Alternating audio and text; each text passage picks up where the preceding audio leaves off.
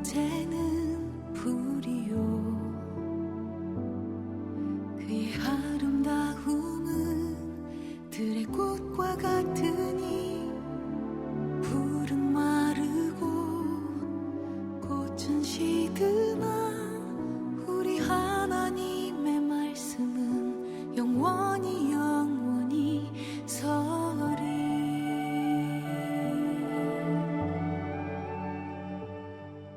오늘 이 아침 우리에게 주신 말씀은 창세기 4장 마지막 부분입니다. 25절, 26절, 5장 1절에서 5절까지입니다. 창세기 4장 25절에서 5장 5절까지 보겠습니다. 아담이 다시 자기 아내와 동침하매 그가 아들을 낳아 그의 이름을 셋이라 하였으니 이는 하나님이 내게 가인이 죽인 아벨 대신에 다른 씨를 주셨다 함이며 셋도 아들을 낳고 그의 이름을 에노스라 하였으며 그때 사람들이 비로소 여로웰 이름을 불렀더라. 이것은 아담의 계보를 적은 책이니라. 하나님이 사람을 창조하실 때에 하나님의 모양대로 지으시되 남자와 여자를 창조하셨고 그들이 창조되던 날에 하나님이 그들에게 복을 주시고 그들의 이름을 사람이라 일컬으셨더라. 아담은 130세에 자기의 모양 곧 자기의 형상과 같은 아들을 낳아 이름을 셋이라 하였고 아담은 셋을 낳은 후 800년을 지내며 자녀들을 낳았으며 다 같이요. 그는 930세를 살고 죽었더라. 아멘. 자, 오늘 인사 나누죠. 좋은 아침입니다. 네, 참 좋은 아침이네요. 이 아침 첫 시간 하나님께 드리기 위해서 거룩한 발걸음을 되신 여러분, 또 가정에서 유튜브를 통해 함께 예배에 참여하고 있는 교회 여러분 주의 이름으로 축복합니다. 특별히 창세기 4장은 인류의 타락과 그로 인한 죄의 확산을 아주 적나라하게 보여주고 있습니다. 가인이 아벨을 죽이고 동생 아벨을 죽이고 그 후손들은 더욱 악행을 일삼거든요. 여러분, 악을 행하고 불의를 행하는 사람들이 얼른 중단하던가요? 그리고 내가 잘못해서 내가 죄인이요 이렇게 고백한다면 무슨 문제가 되겠습니까? 큰 잘못을 범했으면서도 불구하고 잘못했다라고 이야기 그 한마디를 못해가 결국에는 그 인생이 꼬이고 무너지고 그와 함께 동시대를 살아가는 백성들이 고통을 당하는 거죠. 그러나 하나님은 그 절망적인 상황 속에서도 새로운 희망의 씨앗을 심으시거든요. 하나님은 하나님의 교회에 가신 대로 하나님의 일을 하세요. 하나님의 일은 하나님이 하시는 것입니다. 우리를 도구로 사용하셔서 그래서 거룩한 도구로 쓰임을 받는다는 것처럼 복 있고 행복한 일은 없는 겁니다. 다 같이요. 사명자는 후회하지 않습니다. 여러분에게 어떤 사명이 있으세요? 하나님의 부르심을 소명이라 그러거든요. 그 하나님의 부르심에 응답하는 삶이 사명입니다. 하나님이 나를 많고 많은 사람들 중에 나를 이렇게 특별히 선택하신 이유가 뭘까? 나를 우리 가문에서 가정에서 예수를 믿는 믿음의 계보에 하나님께서 나를 부족한 나를 가신 이유가 뭘까? 그 부르심에 응답하며 살아가는 게 사명이에요. 사명은 다른 게 아닙니다. 여러분, 그냥 두루누워 있는 늘 태어날 때부터 질고를 안고 지체를 가지고 태어나서 늘 이렇게 남을 돕기는커녕 남의 도움을 받는 삶이어도 그게 사명이에요. 그 사명을 통해서 많은 사람들에게 하나님께서 전하고 싶은 메시지가 있을 수 있지 않습니까? 그러니까 내가 다른 사람보다 더 희생해야 되고 더 피땀 흘려서 수고해서 사명을 이루는 방법도 있겠지만 오히려 다른 사람의 도움을 받으면서도 내 삶에 사명을 이루는 삶이 있단 말이에요. 우리는 꼭 내가 뭔가 일을 해야 그게 사명이라고 생각하지만 이 하나님이 나를 부르셨다라고 하는 소명의식을 깨닫지 못하면 절대 신앙 안에 살아갈 수 없습니다. 목회할 수 없습니다. 그래서 열심히 목회는 했는데 성공한 것 같은데 마지막에 무너지는 사람들이 있지요. 여러분, 지금까지 인생을 살아오면서 십수년 동안 그렇게 땀 흘려 수고해서 열심히 살았는데 마지막 가정이 깨지고 불행이 찾아오고 힘들고 어려운 일 딱 만났을 때 믿음까지 흔들려 버렸다. 여러분이 하시는 거예요. 사명을 이루는 삶이 아니었던 겁니다. 그러나 비록 계속해서 손해봐야 하고 짊어져야 할 인생의 십자가가 많고 이상하게 나는 다른 사람보다 건강하지 못하고 가난하고 힘들고 어려운 삶을 살았다 해도 사명이라 생각을 하고 자기 인생의 십자가 그거 하나 짊어지기도 어려운데 자식이 내동댕이 쳐놓은 남편이 아내가 무관심하고 내던져 놔버린 그 인생의 십자가까지 짊어지면서도 감사함으로 이것이 나의 사명이구나 생각하며 살아가는 분들은요 늘 밝아요. 그러니까 늘 감사하거든요. 보람을 느끼거든요. 참 희한하거든요. 신방을 해보고 상담을 해보면 참 이분은 도대체 어떤 성품을 가졌기에 이렇게 태평양처럼 넓을까. 내 남편, 내 아내 하는 행동을 보면 도저히 용납이 안 될 것 같은데도 까지 이렇게 품고 안아주는 모습을 보면 사명이다, 사명. 그런 분들이 사명자인 거예요. 그래서 절대 사명자는 후회함이 없게 하세요. 여러분에게 주신 사명이 무엇인지를 깨닫는 이 아침 되기를 바랍니다. 그래서 그 사명을 이루는 삶을 살아봐요. 원망과 불평이 생기지는 않습니다. 보험사에 감사거리만 생기거든요.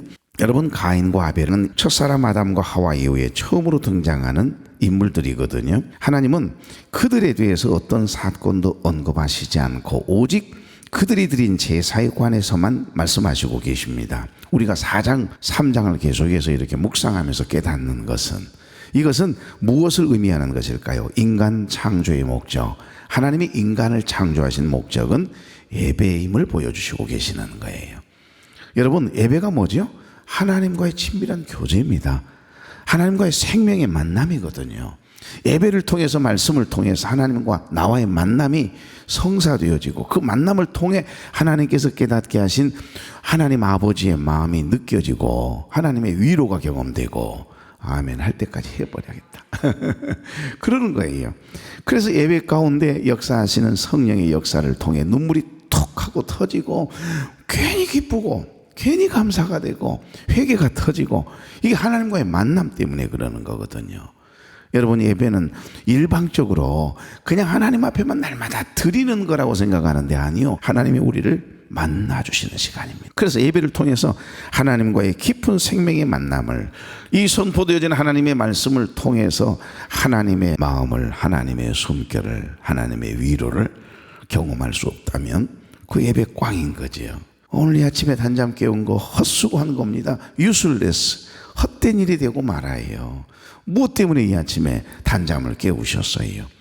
뭐 하려고 성경 그냥 몇 절만 이렇게 읽고 각자 기도하고 가시죠. 그래 버리면 끝나는 거 아닌가요? 그 새벽 예배 뭐 하려고 드릴까요? 하나님과의 만남이에요. 하나님께서 우리를 창조하신 이유가 뭐죠? 만물의 영장으로 우리에게 다스리고 정복하고 생육하고 번성하라고 문화적인 명령을 주셨겠어요. 나를 대신해서. 네가 나를 대신해서 해야 될 일, 너에게 맡겨진 일, 그 일을 감당하며 살아라 이 말이에요. 인간이 없는 세상은 아무것도 아닙니다. 금세 폐허가 되고 말 거예요. 여러분, 하나님께서 아벨과 그의 제물은 받으셨으나 가인과 그의 제물은 받지 않으셨습니다. 하나님을 떠난 인생은요, 하나님과 관계가 없는 인생은 이때부터 죄의 노예가 되어 서로를 죽이고 파괴하고 욕심부리고 교만하기 시작하지요.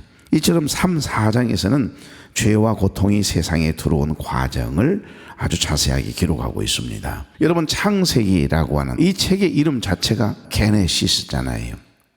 태초에 모든 인류의 모든 시작을 이야기합니다. 죄의 시작, 죄가 어떻게 시작이 되었는가, 이 땅에 인간이 어떻게 만들어졌는가, 자연 온 우주 만물이 어떻게 시작되었는가에 대한 내용이 담겨 있다고 해서 게네시스 창세기라고 하는 제목이 붙어 있는 거거든요. 여러분, 가인의 후손을 통해서는 더 이상 희망을 찾을 수 없게 되자 하나님께서 이제 아담과 하와를 동침하게 해서 새로운 씨를 준비하시거든요. 그가 바로 세 번째 낳았다 해서 셋이라고 했을까요? 그렇지 않습니다. 여러분, 셋은 세 번째 아들이 아니에요. 생각해 보십시오. 130년 동안 살아오는 동안에 딸도 낳았을 게고 아들도 낳았을 게입니다. 성경에 기록된 이름만 태어난 게 아닙니다. 수도 없이 많은 자손들이 태어났어요. 그러나 하나님께서 이 성경에 기록되어지는 이름은요, 아무나 기록하지 않거든요. 셋, 그러니까 세 번째. 오랫동안 불임이었네. 오랫동안 아이가 없다가 늦게 세 번째 태어났다고 해서 셋이라고 지었을까? 아니요, 그런 게 아닙니다. 세 번째 아들이어서 셋이 아니에요.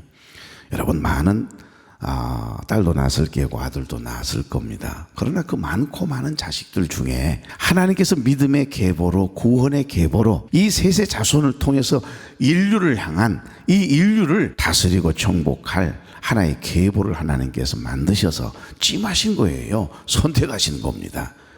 여러분의 가문에 여러분을 첫 믿음의 계보로 삼으셔서 예수 믿는 사람 첫 번째다 그러면 여러분 믿음의 조상이 되는 거잖아요. 이처럼 하나님께서 많고 많은 사람들 중에 셋을 믿음의 계보로 삼으시려고 하나님께서 아담과 하와를 통해 낳게 하신 아들이 셋이라고 하는 의미입니다. 그러니까 셋으로 말미암아 아담과 하와의 소망은 이제 다시 살아나게 되지요. 셋은 에노스를 낳았습니다. 그때부터 사람들이 비로소 하나님을 예배하는 공동체가 되었고, 뭐라고 이야기하죠? 오늘 본문 말씀에 26절에 중요한 말씀을 하십니다. 여호와의 이름을 부르기 시작했다. 할렐루야. 그럼요. 많고 많은 사람들이 이 땅에 태어나고 세상을 떠나고 반복되는 그런 일들이 벌어지지만, 여러분 많고 많은 사람들 중에 저와 여러분을 하나님께서 특별히 선택하셔서 부르셔서 여러분을 통해 하나님을 예배하는 공동체로, 예배하는 하나님의 사람으로 여호와의 이름을 이렇게 부르도록 은혜를 주셨다는 사실을 꼭 기억하십시오.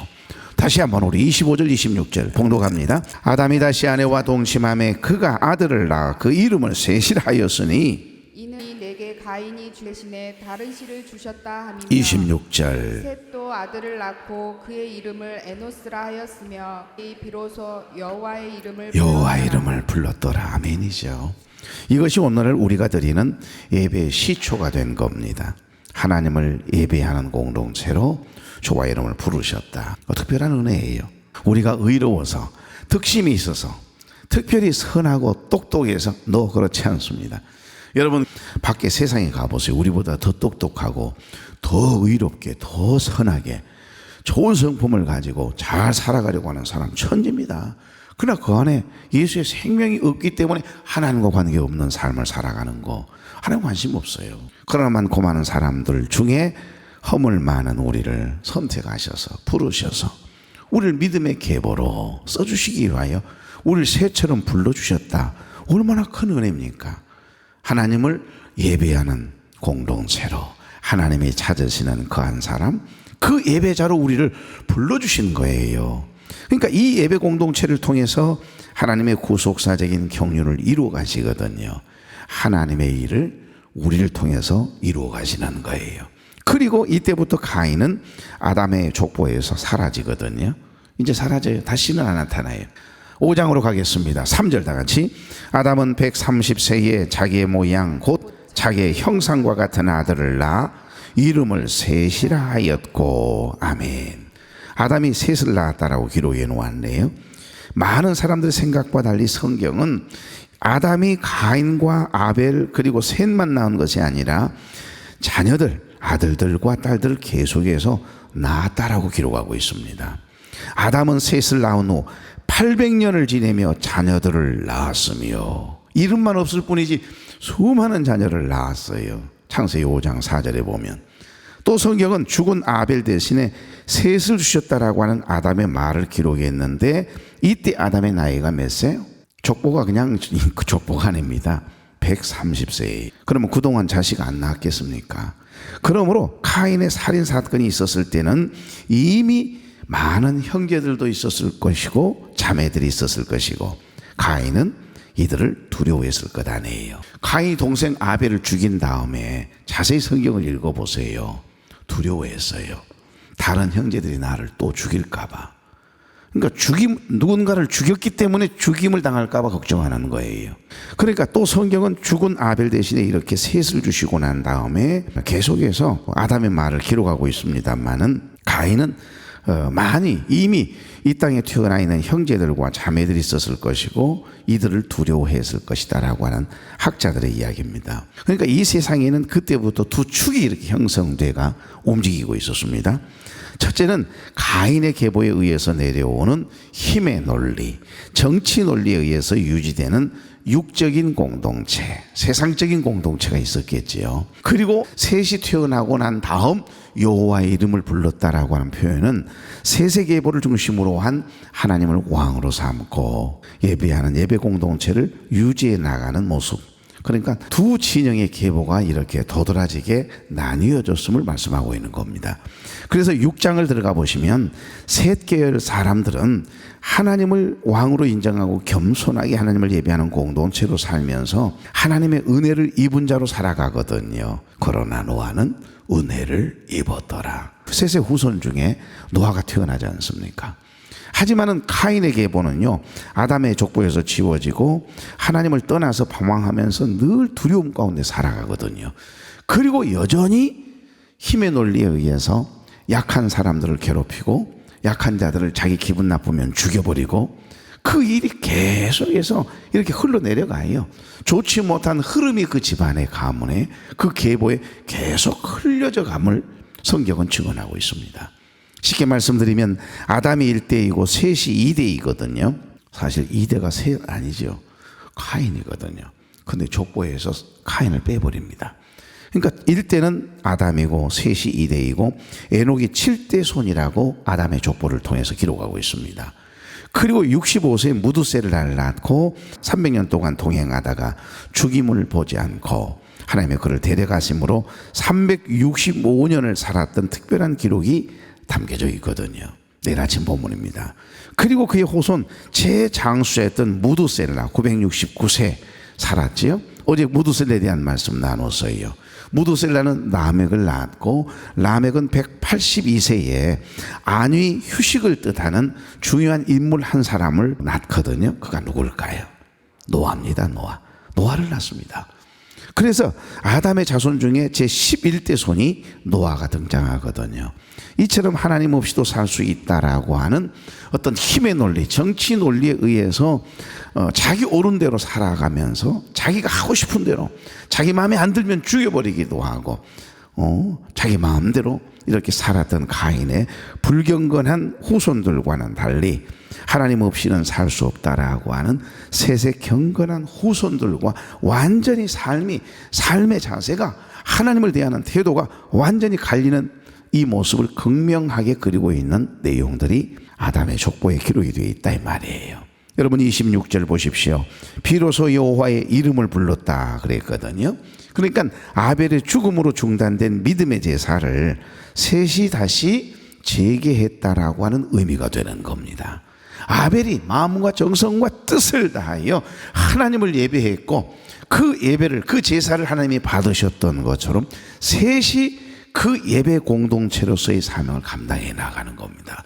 그러나 카인은 여전히 불안과 두려움으로 자기 마음에 들지 않으면 또 쉽게 사람을 죽이고 그리고 양육강식에 의해서 힘 있는 자를 중심으로 모여드는 부족을 나라를 건설하면서 살아가는 그런 계보로 변질돼 가거든요. 그래서 지금 이 세상 속에도 역시 힘의 논리에 의해서 힘 있는 자, 돈 있는 자, 빽 있는 자의 어떤 힘의 논리에 의해서 사는 육의 세상적인 어떤 계보가 있고요. 힘은 없는 것 같아 보여도 전능하신 하나님과 함께 하심으로 인해 더 당당하게, 더 행복하게, 더 기쁘게 살아가는 셋의 계보의 흐름을 따라가는 여러분이 있잖아요. 그렇습니다. 셋과 에노스는 라멕이 누린 이 부귀영화를 누리지 못했지만은 그러나 그보다도 더 중요한 예배, 하나님과 교제하는 삶을 통해서 세상에서 경험할 수 없는 이 세상에서 얻을 수 없는 평안과 거룩한 기쁨을 누렸다라고 하는 이야기를 이 창세기 저자 모세는 하고 싶은 거예요. 평안을 너에게 주노라. 세상이 주울 수 없는, 세상이 알 수도 없는 평안, 평안, 평안, 평안을 내게 주노라. 평안이신 주님이 여러분 안에 내 안에 내주하고 계시면 평안해질 수밖에 없는 거예요. 그렇게 우리가 바라보는 육신의 눈으로 바라보는 어떤 어려움의 환경들, 속상한 일들, 사람들 바라볼 때 내 마음이 막 그냥 불안하고 둥둥둥둥 거리고 막 마음이 속 시끄럽다가도요, 기도하다 보면 나와 함께 하시는 성령님께서 내 마음을 탁 붙잡아 주시면 어때요? 평안하잖아요. 너무너무 평안하잖아요. 내가 이런 호사를 누려도 되나? 이렇게 내 마음이 평안할 수 있나 할 만큼 갑자기 염려가 근심이 변하여 슬픔이 변하여 기쁨이 되게 하시는 은혜를 경험케 되는 것입니다. 이것이 하나님을 만나서 누리는 최고의 복인 겁니다. 여러분, 가인의 후손들과 셋의 후손의 삶이 다른 점이 무엇이라고 생각되십니까? 하나님이 있느냐 없느냐의 차이예요. 누구와 함께 하느냐의 차이입니다. 실패하느냐 성공하느냐 중요해요. 부자로 사느냐 가난하게 사느냐 중요하지요. 그러나 더 중요한 것이 있어요. 누구와 함께? 우리 하나님과 함께 하느냐 함께 하지 못하느냐. 이것이 나의 삶을 갈리게 하는 겁니다. 셋의 계보는 믿음의 계보입니다. 셋의 계보는 구원의 계보예요. 저와 여러분의 후손들이 여호와의 이름을 부르는 예배하는 공동체 되기를 소망하십시오. 믿음의 계보, 구원의 계보를 이어갈 수 있기를 바랍니다. 그러면 끝나는 거예요. 오래전 우리나라 젊은이들에게 한 가지를 물었어요. 지금 당장 가장 가지고 싶은 것이 뭐냐? 가장 가지고 싶은 거, 얻고 싶은 게 뭐냐? 라고 하는 이 질문에 여러분, 당연히 어른들은 그렇게 생각했지요. 젊은이들이 지금 다음 세대 말이에요. 우리 자녀들 자동차가 갖고 싶습니다. 좋은 휴대폰 갖고 싶습니다. 태블릿 PC, 아니면 돈이 최고죠. 좋은 직장, 좋은 여자친구, 내 마음에 딱 드는 남자친구 등등 이렇게 나올 것으로 예측을 했는데 설문조사 결과는 예상 밖의 결과가 나왔거든요. 뭘까요? 가장 지금 당장 얻고 싶은, 가지고 싶은 것이 뭐냐라고 하는 질문에 감동이었습니다. 여러분, 감동. 우리 자녀들이 그냥 멍청하게 사는 게 아니에요. 우리만 그런 게 아니라니까요. 우리처럼 그냥 돈 하면서 이렇게 살아가는 그런 존재가 아니라니까요. 감동받고 싶다는 거예요. 우리 자녀들도 감동을 원한다라고 하는 설문조사 결과가 나왔습니다. 마음껏 한번 실컷 울어보고 싶다는 거예요. 감동을 받아가지고요, 마음이 막 뭉클해지고요, 그 감동 속에서 뭔가 감동이 있는 삶을 살고 싶다라고 하는 공통점이 드러났습니다. 전혀 예상하지 못했던 설문조사의 답이었습니다. 우리 아이들을 우습게 생각하지 마십시오. 우리 자녀들 속에도요, 생명의 씨앗이 있고 성공의 씨앗이 있고 축복의 씨앗들이 뿌려져 있거든요. 역시 실패와 죄의 씨앗도 있겠지요. 그렇다면 죄의 씨앗이, 좋지 못한 생각의 씨앗이 자라게 좋은 환경을 만들어주면 안 되잖아요.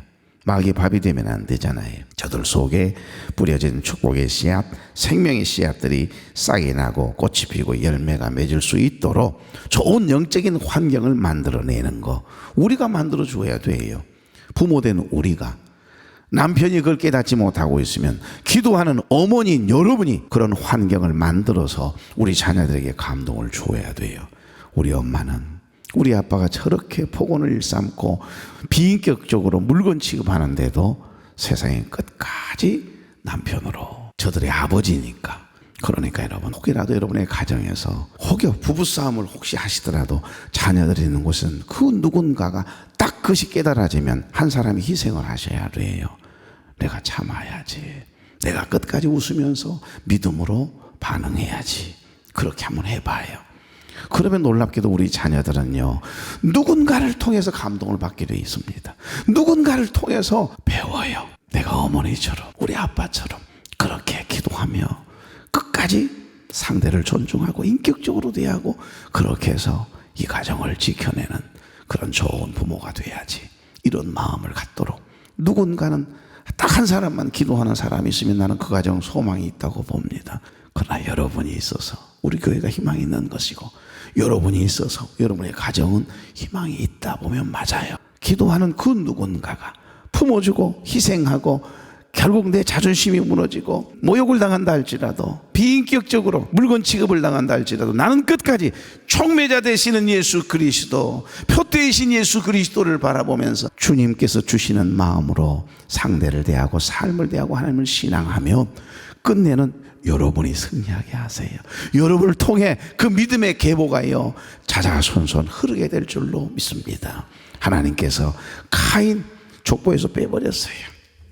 그 이후에 하나님께서 셋이라고 하는 아들을 통해 믿음의 계보, 구원의 계보를 이루어 가시고 인류를 향한 세세계보를 통해서 인류를 향한 하나님의 뜻을 이루어 가시는 그 놀라운 시작을 이야기하고 있는 내용이 오늘 아침의 본문의 말씀이에요.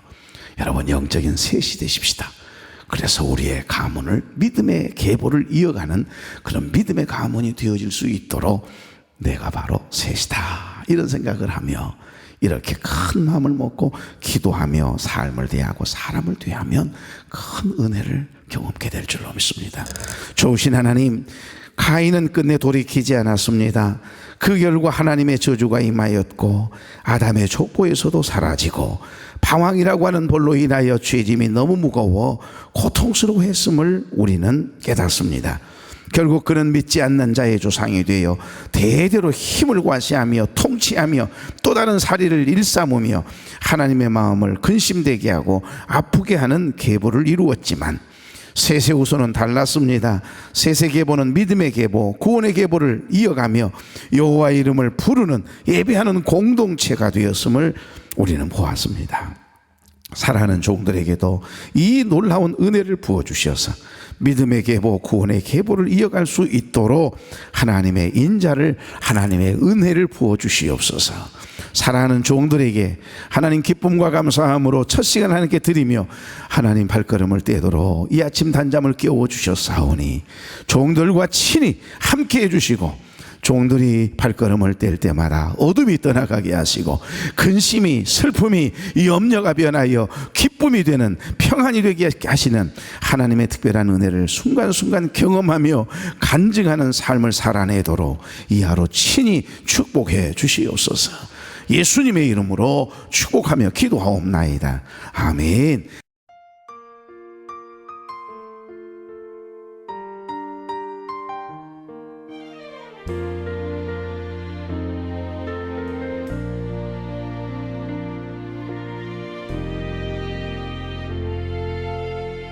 주님의 은혜로 살아가는 당신의 모습이 참 아름다워요. 주님의 사랑을 나누어 주는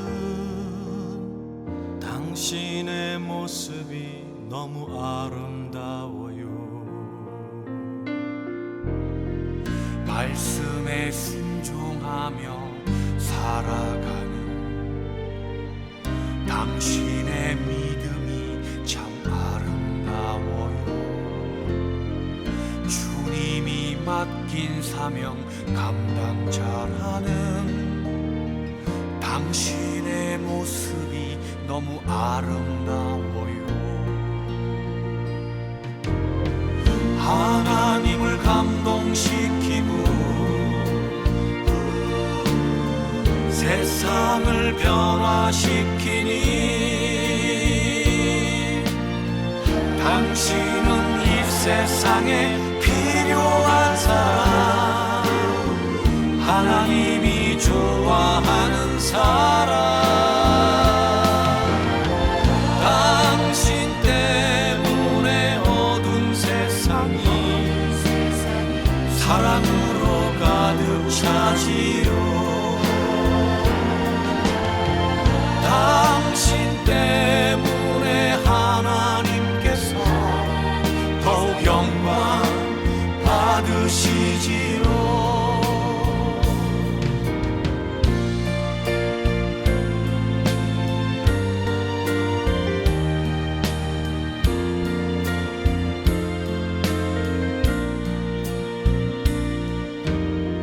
주님의 은혜로 살아가는 당신의 모습이 참 아름다워요. 주님의 사랑을 나누어 주는 당신의 모습이 너무 아름다워요. 하나님을 감동시키고 세상을 변화시키니 당신은 이 세상에 필요한 사람, 하나님이 기뻐하는 사람.